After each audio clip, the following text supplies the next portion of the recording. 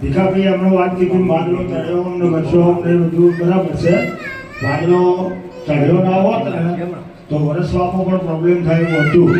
એટલે વાદળો બરાબર જે ઘર ઘટાઈને ચારે બાજુ ચડ્યો એટલે એ વાદળું વરડા સતી માતાની કૃપાથી વરસી વરસાડ પણ સૌની રીતે સૌ મજૂરી કરતા હતા. છેલ્લા 4-5 દિવસ એવા આવ્યા કે બધા એક જ પ્લેટફોર્મ પર આવી ગયા અને આવ્યા પછી તો પાર્ટી લાઈન ગણો કે જે ગણો એ બધી શક્તિ સૌથી વધારે હોશિયારી ગણો કે શક્તિ ગણો કે બધું ફલજીભાઈ જોડાતું અને સ્વાભાવિક રીતે એ પછી ફલજીભાઈને મળે એવો આપણો સમીકરણ બની ગયો તો ફલજીભાઈને મળે એટલે આપણે મળ્યા બરાબર છે. મેં તો સૌથી વધારે પ્રચારના સૌથી વધારે મહેનત મેં કરી આવું તમને કહું ખુલ્લું બરાબર. છતાંય 21 તારીખ બપોરે મેં નિર્ણય લઈ લીધો હતો કે ભાઈ મારે ફોર્મ ભરવાનું નથી. અને કેમ લઈ લીધો તો એ બધો કારણો હું મારી જાહેરમાં રજૂ કરી શકું એમ નથી, પણ મારે કરવો નથી એટલે હું જે અટી ગયો. બાકીના બધા જે હતા એ બધા રહ્યા અને આમાં જે મેસેજ હતો એ મેસેજના અનુસંધાને મહેનત થઈ પાર્ટી લેવલે અને મેં અભિયાન હજી ભાઈ હું સાક્ષી છું કે જ્યાં પણ બોલ્યા એ બહુ ફ્રન્ટ બોલ્યા, ફ્રન્ટ રજૂઆત કરી.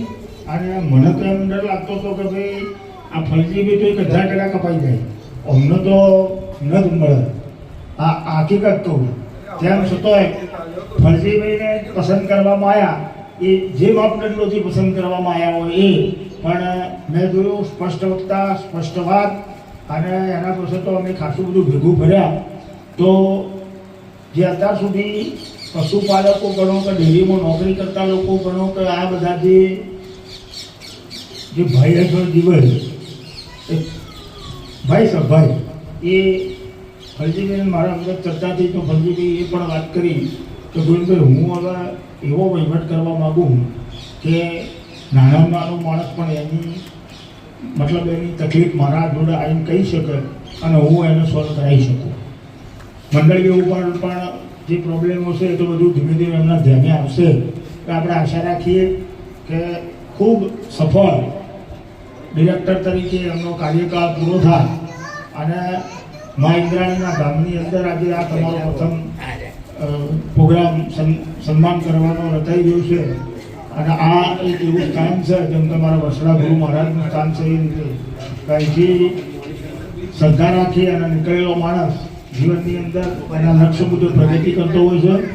તો અમારા ગામની પણ તમને એડવાન્સમાં ખૂબ ખૂબ શુભેચ્છાઓ અમે પાઠવીએ છીએ. અને વધુ સમય ન લેતો હવે આગળનો આપણે એમને સાંભળવાના છે.